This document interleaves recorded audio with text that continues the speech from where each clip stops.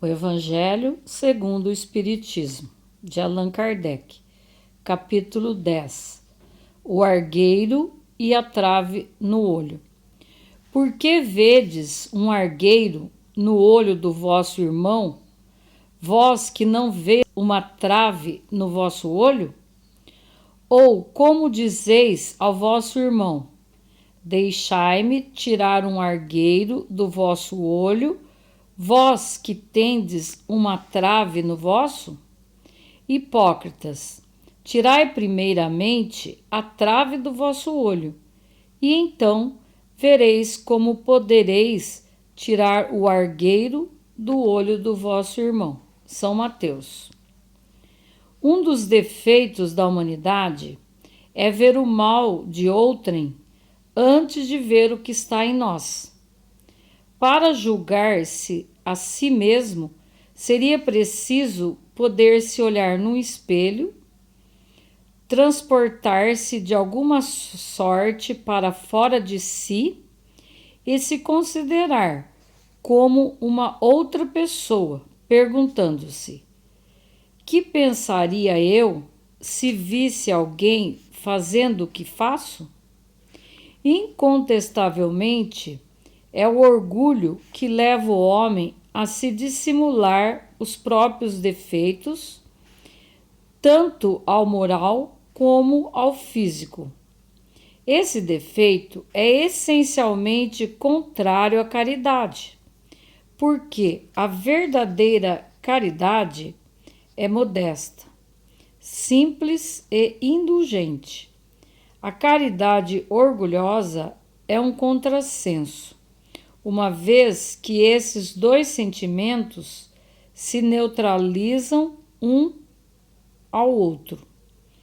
Como, com efeito, um homem, para crer na importância da sua personalidade e na supremacia de suas qualidades, pode ter ao mesmo tempo bastante abnegação para fazer ressaltar em outro o bem que poderia eclipsá-lo, em lugar do mal que poderia realçá-lo? Se o orgulho é o pai de muitos vícios, é também a negação de muitas virtudes. Encontramo-lo no fundo e como móvel de quase todas as ações. Por isso, Jesus se dedicou a combatê-lo como o principal obstáculo ao progresso. Não julgueis, a fim de que não sejais julgados. Aquele que tiver sem pecado, lhe atire a primeira pedra. 11.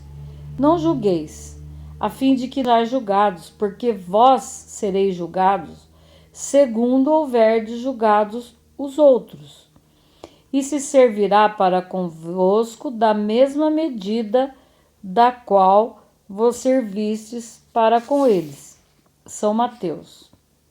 Então os escribas e os fariseus lhe conduziram uma mulher que tinha sido surpreendida em adultério e a colocaram de pé no meio do povo, dizendo a Jesus: Mestre, esta mulher acaba de ser surpreendida em adultério. Ora, Moisés nos ordena na lei para lapidar as adúlteras. Qual é, pois, sobre isso o vosso sentimento? Eles diziam isso, tentando-o, a fim de ter do que acusá-lo. Mas Jesus, abaixando-se, escrevia com o dedo sobre a terra. Aquele dentre vós que estiver sem pecado, lhe atire a primeira pedra. Depois, abaixando-se de novo, continuou a escrever sobre a terra. Mas eles, ouvindo-o falar assim, se retiraram, um após outro, os velhos saindo primeiro. E assim, Jesus permaneceu só com a mulher, que estava no meio da praça.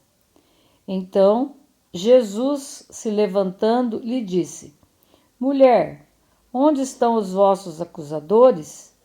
Ninguém vos condenou? Ela lhe disse: Não, Senhor. Jesus lhe respondeu: Eu também não os condenarei. Ide, e no futuro não pequeis mais. São João. Aquele que estiver sem pecado, lhe atire a primeira pedra, disse Jesus. Esta máxima nos faz da indulgência um dever, porque não há ninguém que dela não tenha necessidade para si mesmo. Ela nos ensina que não devemos julgar os outros mais severamente do que julgaríamos a nós mesmos, nem condenar em outrem o que nos desculpamos em nós.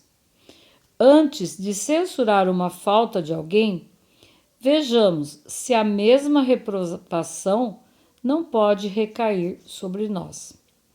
A censura lançada sobre a conduta de outrem pode ter dois motivos: reprimir o mal ou desacreditar a pessoa cujos atos se criticam.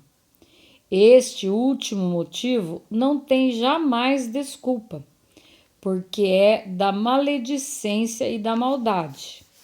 O primeiro pode ser louvável e torna-se mesmo um dever em certos casos, uma vez que disso deve resultar um bem, e sem isso o mal não seria jamais reprimido na sociedade. O homem, aliás, não deve ajudar o progresso de seu semelhante?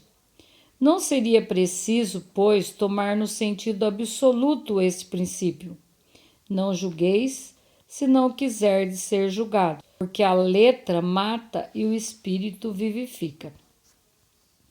Jesus não podia proibir de censurar o mal, uma vez que ele mesmo disso nos deu o exemplo, e o fez em termos enérgicos. Mas quis dizer que a autoridade da censura está em razão da autoridade moral daquele que a pronuncia, tornar-se culpável daquilo que se condena em outrem é abdicar essa autoridade, é mais se arrogar o direito de repressão. A consciência íntima, de resto, recusa todo respeito e toda submissão àquele que, estando investido de um poder qualquer, viola as leis e os princípios que está encarregado de aplicar. Não há autoridade legítima aos olhos de Deus, senão aquela que se apoia sobre o exemplo que dá do bem. É o que ressalta igualmente das palavras de Jesus.